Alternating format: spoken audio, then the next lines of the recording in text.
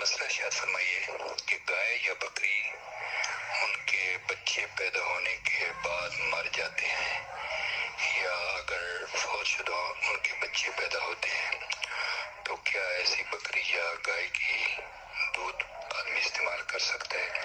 اس میں کوئی ممانعت تو نہیں ہے؟ برائے کرم شرعاً رہنمائی فرمائیں۔ السلام علیکم ورحمۃ اللہ وبرکاتہ۔ گائے یا بکری کے بچے ابتدا میں ہی مر جاتے ہیں تو کیا اس کا دودھ استعمال کر سکتے ہیں؟ جی بالکل، دودھ استعمال کر سکتے ہیں۔ دودھ تو حلال ہے، آپ اسے استعمال کریں۔ بچہ نہیں بچا اس کا تو کوئی مذائقہ نہیں ہے۔